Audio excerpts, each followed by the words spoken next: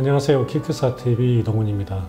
얼마 전에 저한테 오셨던 환자분이 유튜브를 보고 오셨는데 무릎에 관절염도 있고 다리도 휘어 있으시고 굉장히 이제 전형적인 절골수를 해야 될 대상이셨는데 그분 말씀이 유튜브를 통해서 좋은 치료 방법을 알 수 있게 됐다라고 하셨고 그 무릎 관절염이 있는 분들에서 절골수를 하는 그런 케이스들을 좀 많이 보여줬으면 좋겠다라고 요청을 하셔서 오늘을 시작으로 관절염과 관련된 절골수 이야기를 보여드리는 시간을 갖도록 하겠습니다. 일단 오늘 절골술 케이스 2개를 보여드리겠습니다.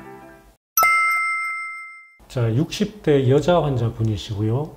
60대 여자 환자 그리고 양쪽 무릎 통증이 있으시고 제가 진찰을 해보니까 양쪽이 좀 달랐어요. 지금 엑스레이로 보면 약간 오다리가 있으시죠. 양쪽 다 조금씩 오다리가 있는데 왼쪽이 조금 더 오다리는 심해 보입니다. 그런데 오른쪽 같은 경우에는 오른쪽 같은 경우에는 굴곡변형, 그 다음에 오른쪽은 팔자걸음을 좀 하시는데 이 환자분께서 억지로 똑바로 걸으려고 노력한다 라고 하셨어요. 이 말은 뭐냐면 회전변형입니다. 회전변형은 뭐냐면 우리 뼈가 약간 꽈배기처럼 꼬여 있는데 그게 각도가 좀 많이 꼬인 분들은 다리가 팔자걸음을 할 수도 있고 아니면 안짱걸음을 할 수도 있고 그렇거든요. 그래서 어쨌든 오른쪽 같은 경우에는 2가지가 더 있었어요. 굴곡변형, 무릎이 완전히 펴지지 않는 굴곡변형. 근데 이 굴곡변형은 무릎 관절염이 있는 분들은 굉장히 많이 가지고 계신 그런 변형이에요. 관절염이 많이 진행되다 보면 무릎이 완전히 쭉 펴지지가 않거든요. 그래서 어쨌든 이분은 굴곡변형하고 회전변형을 오른쪽에는 추가로 가지고 계셨다. 자, 그리고 확대해서 보면 여기 보면 이제 관절염인데 자, 이게 이제 오른쪽이고요. 이게 왼쪽인데 왼쪽은 이제 이런 거 이제 보고 좀 조심하셔야 되는 게 여기가 관절이 이렇게 해서 좁아진 게 아닙니다. 왼쪽 같은 경우에는 이게 이제 비스듬하게 찍혀서 그런데 여기하고 이분의 관절은 여기 있어요. 그래서 비교적 관절이 잘 유지되고 있습니다. 엑스레이 상으로는. 근데 이제 MRI를 찍어보면 관절염이 진행이 되고 계신 거고, 오른쪽은 보면 관절염이 꽤 많이 진행이 돼서 이렇게 관절이 굉장히 많이 좁아져 있죠. 그래서 일단 관절염 자체는 오른쪽이 더 심하시고, 지금 이분 같은 경우는 오른쪽에 굴곡 변형이 심하진 않으세요. 아주 살짝 있습니다. 굴곡 변이란 건 뭐냐면 이렇게 무릎이 이렇게 구부러지는 거예요. 다 안 펴지고. 왼쪽 같은 경우에는 쭉 뻗어 있죠. 쭉 뻗어 있는데 오른쪽 같은 경우에는 이분은 굴곡 변형이 심하진 않습니다만 굴곡 변형 같은 경우에는 조금이라도 있으면 사실 불편해요. 옛날 같으면 무릎이 이 정도, 지금 관절이 이 정도 좁아져 있고 그 다음에 60대다. 60대 여성이다. 그러면 이분은 인공관절 이야기 나옵니다. 인공관절. 그런데 인공관절을 하기에는 참 아까워요. 왜 아깝냐면, 자, 보시면 여기는 관절이 거의 없습니다. 하나도 없지만 이런 데 관절 다 정상이거든요. 사실 인공관절이 참 정말 이제 퇴행성 관절염이 너무 심할 때는 인공관절이 정말 좋은 수술인데 이런 일부가 상해 있는 분들을 위해서 인공관절을 하기에는 참 나머지 이제 건강한 관절이 너무 아까운 거죠. 그리고 옛날 60대하고 지금 60대하고는 의미가 다르죠. 요즘 이제 100세 시대이기 때문에 제가 뭐 전공의 때만 해도 60대 인공관절 하면은 충분히 할 수 있는 나이 이렇게 생각했지만 이제는 60대 인공관절 한다고 하면 좀 빠르다라고 하는 그런 느낌을 갖죠. 자, 어쨌든 그래서 이분은 그 치료를 인공관절을 하지를 않고 이 관절을 살리는 수술을 하기로 결정을 했습니다.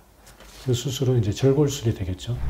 절골술은 뭐냐면 다리가 휘어져서 무릎 중심이 여기일 때 오다리가 있으면 무릎 안쪽으로 이렇게 체중선이 지나가면서 이쪽으로 주로 압박을 많이 받게 되죠. 그래서 안 그래도 무릎 관절염이 있는데 안쪽 그 관절염이 있는 자리에 체중이 100% 쏠리다 보니까 관절염이 굉장히 빠른 속도로 진행이 되는 거거든요. 그래서 다리 모양을 바꿔서 체중을 분산시키는, 안쪽에 안 좋은 곳에 체중이 안 가도록 그렇게 하는 게 바로 절골술입니다. 이분 같은 경우에도 양쪽을 다 절골술을 이용을 해서 잘 치료를 했고, 여기 보시면 오른쪽하고 왼쪽하고 치료 방법이 다를 텐데, 왼쪽은 전형적인 근위경골 절골술, 여러분들이 이제 오다리 수술이다 하면 가장 많이 들으시는 근위경골 절골술로 치료를 했고, 오른쪽 같은 경우에는 다른 수술 방법입니다. 이 수술 방법은 아마 대한민국에서는 저 말고는 하는 사람은 없을 거예요. 이 방법은 그냥 오다리만 교정을 하는 게 아니고, 이분 아까 오른쪽에는 오다리도 있고 굴곡 변형도 있고 또 팔자그름도 있다고 그랬죠. 이 세 가지 변형을 동시에 다 교정을 하기 위해서 이렇게 치료를 했습니다. 자, 옆에서 보시면 이분 아직까지 수술 전에 이렇게 찍었던 사진을 수술 후에 아직 안 찍어서 그런데 다리가 이제 하고 나서 쭉 이제 뻗으셨고, 보시면 마찬가지로 안에 좁아졌던 부위가 좀 더 넓어진 것을 볼 수가 있죠. 물론 우리가 무릎 관절염 절골술을 하고 나서 무릎 이 사이가 항상 이렇게 넓어지는 건 아닙니다. 그렇지 않다 하더라도 체중이 지나가는 그 자리를 이렇게 안쪽으로 지나가던 것들을 중심에서 약간 바깥쪽으로 보내주면 통증은 굉장히 많이 좋아지시고 또 관절염 진행하는 속도가 줄어드는 거죠. 그래서 이런 치료의 가장 큰 장점은 보시면 내 관절 그대로 있잖아요. 이 수술할 때 관절은 아예 건들지를 않습니다. 여기 안에 있는 관절염 그냥 놔둡니다. 놔두고 주변의 환경만 바꿔주는 거예요. 주변의 환경만 바꿔주면 얘들이 통증도 좋아지고 안에 관절도 상했던 것들이 재생이 되는 그런 현상들을 볼 수가 있습니다. 이게 이제 근위경골 절골술을 해가지고 이렇게 가장 전통적인 절골술 방법이죠. 이 원래 서로 붙어있던 건데 이렇게 이제 벌려서 다리 각도를 이렇게 바깥쪽으로 빼는 거죠. 오른쪽은 제가 개발한 수술 방식입니다. 어쨌든 이제 다른 케이스 하나 보여드릴게요. 50대 남자 환자고 왼쪽 무릎 통증으로 왔습니다. 왼쪽 무릎 통증. 자, 보시면 뭐 이런데 엑스레이 보면 사진이 뭐 이상한 부분이 많은데 이분은 예전에 다쳐서 이런데 이제 수술을 여러 번 받으셨던 분이에요. 여기도 마찬가지, 여기도 마찬가지. 이래저래 굉장히 많이 이제 일이 있으셨던 거고, 결과적으로 왼쪽 다리가 많이 휘셨죠. 굉장히 많이 휘었습니다. 굉장히 많이 휘었고, 관절을 보면 이렇게 관절 간격이 굉장히 이제 좁아져 있는 것을 볼 수가 있죠. 퇴행성 관절염이 있는 데다가 굉장히 심한 오다리. 마찬가지로 관절 통증도 심하고 여기 관절이 많이 좁아져 있기 때문에 이런 경우에는 마찬가지 인공관절 생각할 수가 있겠지만 나이가 50대 남자분이죠. 50대 남자분한테 인공관절 하기에는 마음이 굉장히 불편하거든요. 그리고 또 다리가 이렇게 많이 휘어 있는 경우에는 바로 인공관절 하는 것도 사실 좋지가 않습니다. 그래서 제가 했던 치료는 절골술, 다리 모양을 바꿔서 내 관절을 살리는 그런 수술 방법이 되겠습니다. 이런 이제 다리가 많이 휜 경우에는 절골술 할 때 근위경골 절골술이라고 하는 그 전통적인 절골 방법으로 하면 안 좋습니다. 안 좋은 이유는 이 방법은 교정 각도가 너무 클 때는 오히려 이 관절에 부담을 줄 수가 있는 방법이에요. 그래서 이분 같은 경우에는 역시 제가 만든 절골 방법으로 무릎 관절에 전혀 부담을 주지 않는 방식으로 절골 수술해서 지금 보시면 다리 휘어진 게 굉장히 많이 곧아진 것을 볼 수가 있죠. 자, 그래서 이분 같은 경우에 이제 이게 7개월 때인데, 자, 이분 보시면 이 관절 간격이 거의 그대로 유지되고 있어요. 뭐 딱히 더 이게 넓어지진 않았습니다.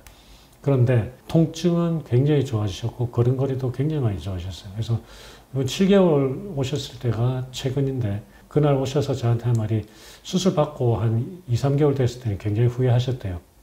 다리가 이제 불편하니까 수술 후에. 근데 이제 시간이 지나면서 수술하기 정말 잘했다라는 생각이 든다라는 이제 말씀을 하셨어요. 그래서 이제 정리를 하면 무릎의 퇴행성 관절염이 있을 때 여러 가지 그 수술 방법들이 있죠.